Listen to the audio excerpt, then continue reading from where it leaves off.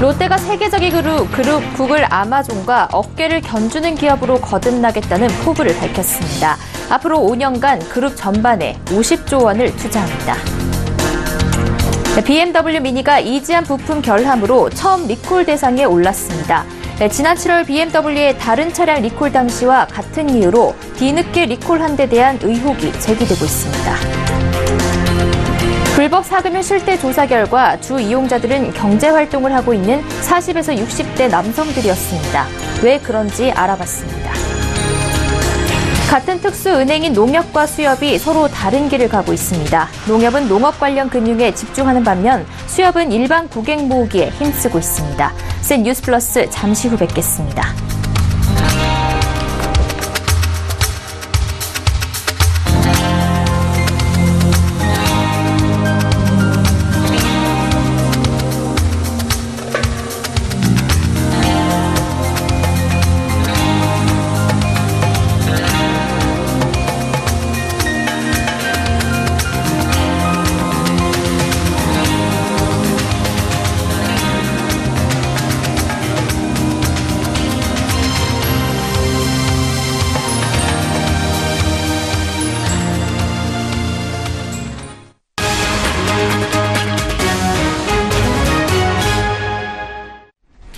시청자 여러분 안녕하십니까? 센 뉴스 플러스 양한나입니다. 온 오프라인이 제대로 통합된 유통 인프라에 인공지능 등 첨단 기술을 접목하겠다. 롯데가 그리는 유통업의 미래입니다.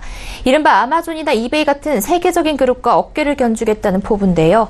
롯데그룹이 유통과 화학 등 그룹 전반에 50조 원을 5년간 투자해 괄목할 만한 성장을 이루겠다는 계획을 발표했습니다.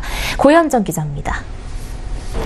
롯데그룹이 AI와 빅데이터 등을 활용한 디지털로의 전환에 미래가 있다고 판단했습니다.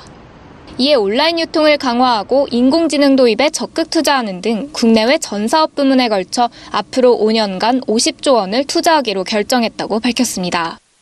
먼저 온라인과 오프라인을 아우르는 유통 인프라를 구축하는 것을 최대 목표로 삼았습니다. 롯데는 올해 여름 전자상거래 플랫폼 롯데닷컴을 설립해 롯데쇼핑에 합병시킨 데 이어 추후 계열사 온라인몰을 전부 통합 운영할 계획입니다. 여기에 인공지능과 빅데이터 기술을 적극적으로 활용해 소비자별로 구매 이력을 분석해 상품을 추천하고 손쉽게 받아볼 수 있도록 하는 등 유통의 디지털 역량을 강화할 예정입니다. 이에 롯데그룹 측은 아마존이나 이베이 수준의 고도화된 유통 서비스를 제공하기 위해 노력할 것이라며 내년도 채용 역시 유통 부문의 이커머스 분야에서 많이 이루어질 것이라고 밝혔습니다. 식품 부문에 있어서도 AI를 적극 활용할 예정인데 롯데제과는 최근 인공지능 LCR을 활용해 꽃갈콘 신제품을 내놓는 등 식품업계에서의 AI 기술 활용에 앞장서고 있습니다. 이외에도 화학 부문에 있어서는 셰일가스 등을 확보할 수 있도록 해외에도 설비 투자를 대규모로 늘려 유가 상승 리스크에 유연하게 대응하겠다는 뜻을 밝혔습니다. 또 여수, 울산, 대산 등 국내 생산 거점에 대한 설비 투자를 늘려 원가 경쟁력을 높여나갈 계획입니다. 관광 및 서비스 부문에 있어서도 해외 M&A 등을 통해 국내외 거점을 확대해 나갈 계획입니다. 롯데그룹은 이를 위해 당장 내년부터 약 12조 원의 투자를 예고했는데 이는 국내 유화사를 인수했던 2016년 투자 금액 11조 2천억 원을 넘어서는 사상 최대 규모입니다. 롯데가 신동빈 회장의 복귀 이후 경영활동 정상화에 본격 신호탄을 쏘아올리며 업계의 이목을 집중시키고 있습니다. 서울경제TV 고현정입니다. 오늘 BMW 그룹 산하 브랜드인 미니 차량이 EGR 부품 결함으로 처음 리콜 대상에 올랐습니다. 배기가스 재순환 장치인 EGR 결함으로 리콜되는 차는 지난 7월 10만 6천 대를 비롯해 이날 6만 5천 대까지 총 17만 대를 넘게 됐습니다. 하지만 업계에선 이 BMW의 뒤늦은 리콜에 결함을 숨겨온 게 아니냐는 의혹이 커지고 있습니다. 정창신 기자입니다. BMW 일부 차종에서 또 화재 우려가 발견돼 리콜됩니다. 오늘 정부는 BMW 그룹 산하 브랜드인 미니 2만 3천여 대, BMW 118D 7천여 대 등 총 6만 5천여 대를 시정 조치했습니다. 리콜 이유는 지난 7월 10만 6천여 대 리콜과 동일한 배기가스 재순환 장치, EGR 결함입니다. 특히 미니 차량이 EGR 결함으로 리콜되는 건 이번이 처음입니다. 전문가들은 동일한 결함으로 뒤늦게 리콜한 데 대해 은폐 축소 의혹을 제기하고 있습니다. 은폐에 대한 부분들도 면밀하게 조사를 해야 되고요. 특히 제가 알기로는 이 같은 EGR 부품과 시스템이 들어간 게 2009년부터거든요. 더 확대나 차종의 확대, 또 이 대상 대수도 늘어날 가능성. 하지만 BMW 측은 속인 게 아니라 자체 조사를 통해 알게 돼 선제 조치했다는 해명입니다.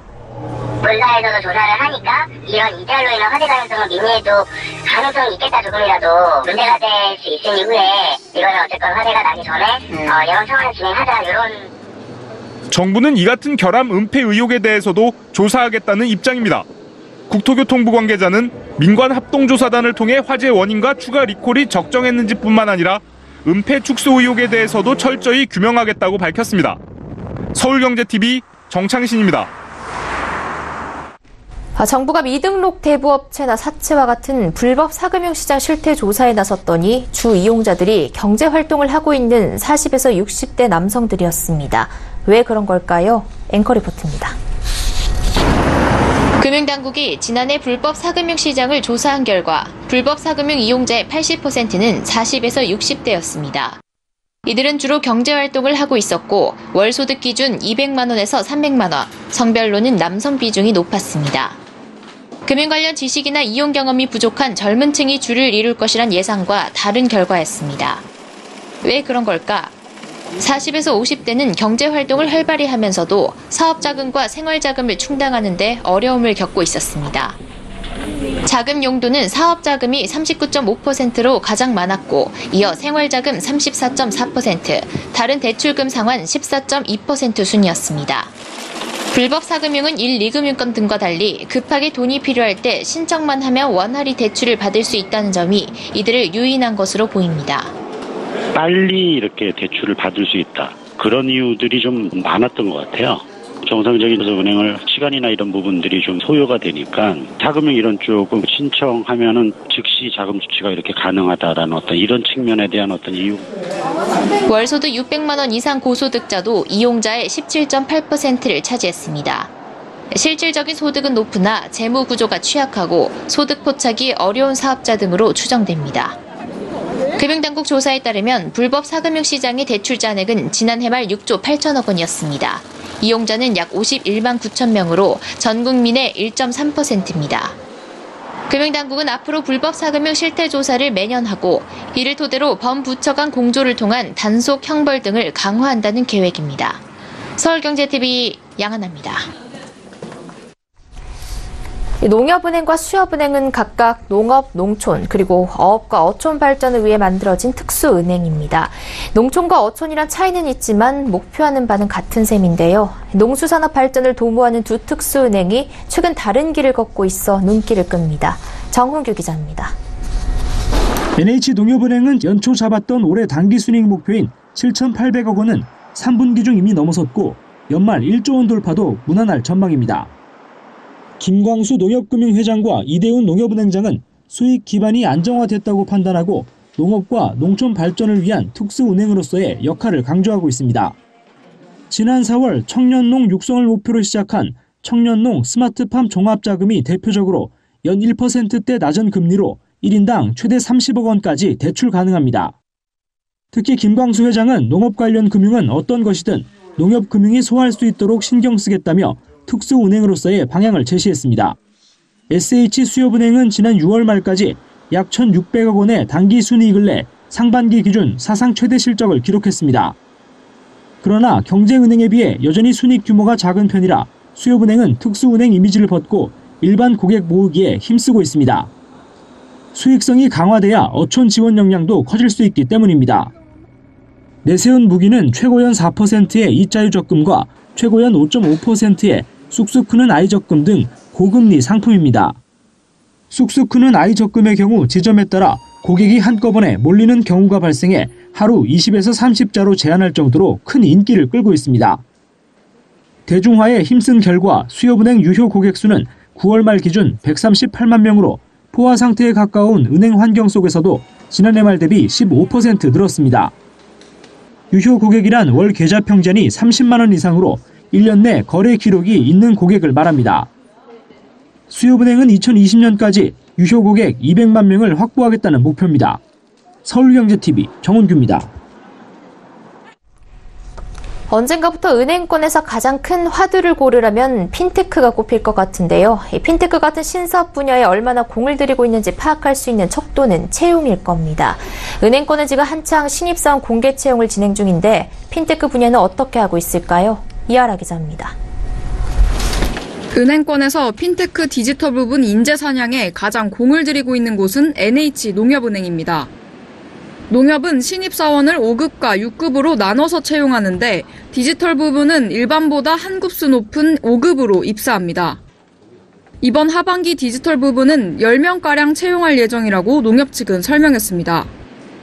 핀테크 분야 입사를 희망하는 지원자 입장에서 가장 친절하게 채용 안내가 돼 있는 곳은 KB국민은행입니다. 국민은행은 이번 하반기부터 ICT 분야를 따로 채용합니다. 신입사원 전체 채용 규모는 400명 정도인데 이 중 130명가량을 ICT 정보통신기술 분야에서 뽑는다고 공개했습니다. 시스템 운영, 데이터 분석, 블록체인, 인공지능 등 직무에 대한 설명과 우대 자격증 정보도 있습니다. IBK 기업은행도 이번 하반기부터 디지털 분야를 따로 채용합니다. 전체 210명 가운데 4명 중 1명가량을 디지털 부문에서 채용하는데 이공계 전공자나 IT 업종 근무 경험자에 한해 선발할 방침입니다. 우리은행은 IT 디지털 분야 인재를 전공자에 한해서만 채용합니다. IT나 이공계열 그리고 자연계열 전공자이면서 6개월 이상 관련 업종 근무한 경험이 있거나 석사 이상의 학위를 가지고 있는 사람만 지원할 수 있습니다. KB 하나은행과 신한은행은 직무별로 나누지 않고 일반직 공통으로 채용합니다. 전체 채용 규모는 하나은행은 500명, 신한은행은 300명가량인데 부문별 인원은 미리 예정돼 있지 않고 채용 진행 단계에서 결정된다고 두 은행 측은 설명했습니다. 서울경제TV 이하라입니다. 코스피 지수가 미중 무역 분쟁 장기화 우려에 장중 2100선이 깨졌습니다. 코스피는 오늘 장중 2097.42까지 하락해 지난 19일 2117.61을 밑돌아 연중 최저치를 경신했습니다. 최근 심리적 지지선으로 작동해온 코스피가 2100선을 밑돈 건 장중 기준 지난 2017년 3월 10일 이후 1년 7개월여 만입니다. 이영건 하나금융투자연구원은 도널드 트럼프 미국 대통령의 강경 발언 등으로 무역 분쟁의 장기화 가능성이 대두되면서 아시아를 비롯한 글로벌 증시가 한꺼번에 하락했다고 밝혔습니다. 김병현 NH투자증권 연구원 역시 트럼프 대통령의 대중국 관세 관련 강경 발언 등으로 신흥국의 공포감이 확대된 것으로 판단된다고 진단했습니다. 오늘 코스피 지수는 전거래일보다 2.57% 내린 2106.10으로 거래를 마감했습니다. 김동연 경제부총리 겸 기획재정부 장관은 최근 불거진 공공기관 친인척 채용 비리와 관련 철저한 조사를 통해 엄벌하겠다고 밝혔습니다. 김 부총리는 오늘 정부 서울청사에서 열린 대외 경제장관 회의를 주재한 뒤 기자들과 만나 이같이 말하고 조사 내용을 본 뒤 조사를 확대할지도 검토하겠다고 강조했습니다. 공공기관 친인척 채용 비리 파문은 서울시 산하 서울교통공사의 고용 세습 의혹에서 시작돼 다른 공공기관과 공기업으로도 번지고 있습니다. 정부는 공공기관의 친인척 특혜 채용에 대해 전수조사를 할지 검토하고 있습니다. 여름철 폭염 이후 작황이 부진해진 농산물을 중심으로 물가가 오르면서 지난달 생산자 물가지수가 5년 1개월 만에 최고를 기록했습니다. 생산자 물가지수는 생산자가 시장에 공급하는 상품과 서비스의 가격 변동을 측정하는 통계입니다. 한국은행이 오늘 발표한 2018년 9월 생산자 물가지수를 보면 지난달 생산자 물가지수는 105.78로 한 달 전보다 0.3% 올라 2013년 8월 이후 가장 높은 수준입니다. 이 같은 결과는 농산물 물가 상승 때문으로 농림수산품 생산자 물가지수는 136.57로 한 달 전보다 1.5% 상승해 한은이 관련 통계를 작성한 이후 최고를 기록했습니다.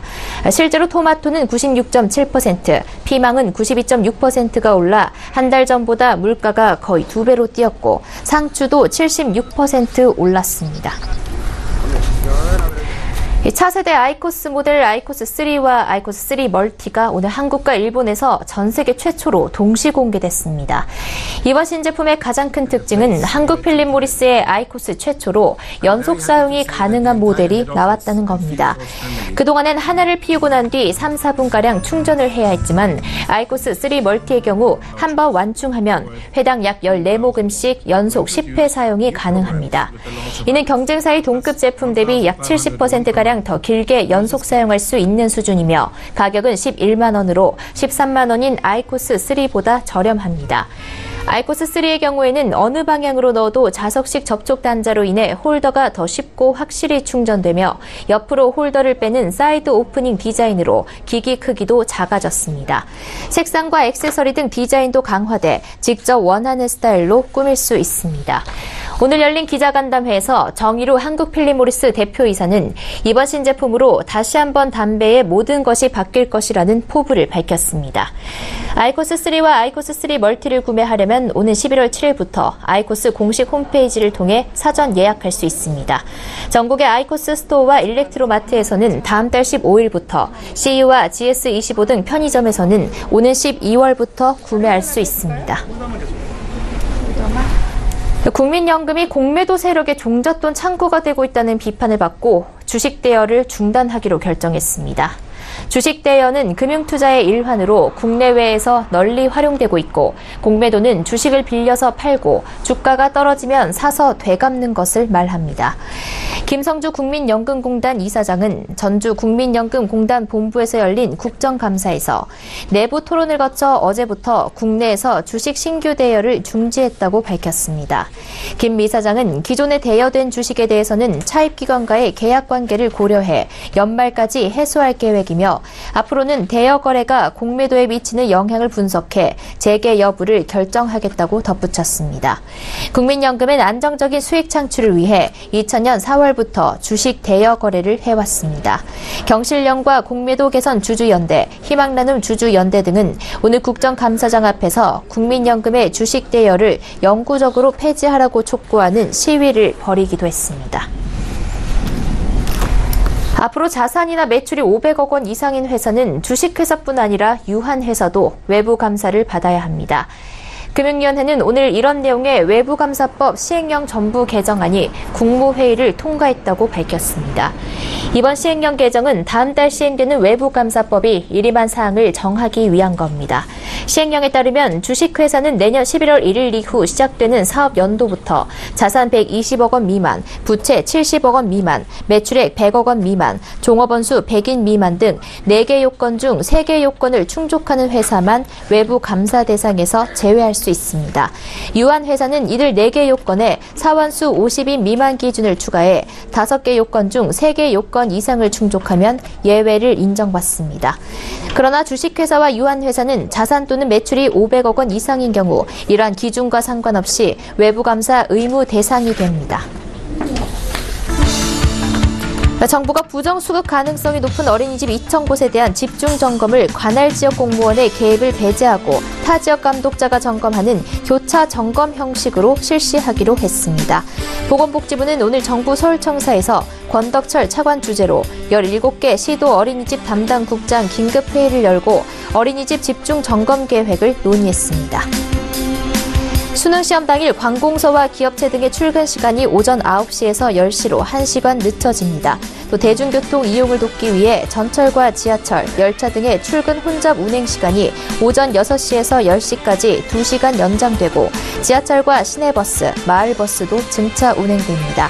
듣기평가가 실시되는 오후 1시 10분부터 1시 35분까지 25분 동안 비행기 이착륙 금지 등 소음 방지 대책도 추진됩니다. 숙박업소나 음식점에 취업한 근로자 10명 중 7명은 월급이 200만 원도 안 되는 것으로 나타났습니다. 또 임금을 받는 근로자들 중 월급이 200만 원 미만인 근로자 비중은 40%에 달했습니다. 소방관 제복이 9년 만에 전면 개선됩니다. 소방청은 소방공무원 근무복과 기동복의 안전성과 활동성을 높이기 위해 소방복제 전면 개선 작업을 진행하고 있습니다. 소방복제계에서는 1차로 정복과 근무복, 점퍼, 외투, 조끼, 기동화 등을, 2차로 출동 대기 때 입는 기동복과 활동복, 방한 파카 등을 대상으로 이루어집니다.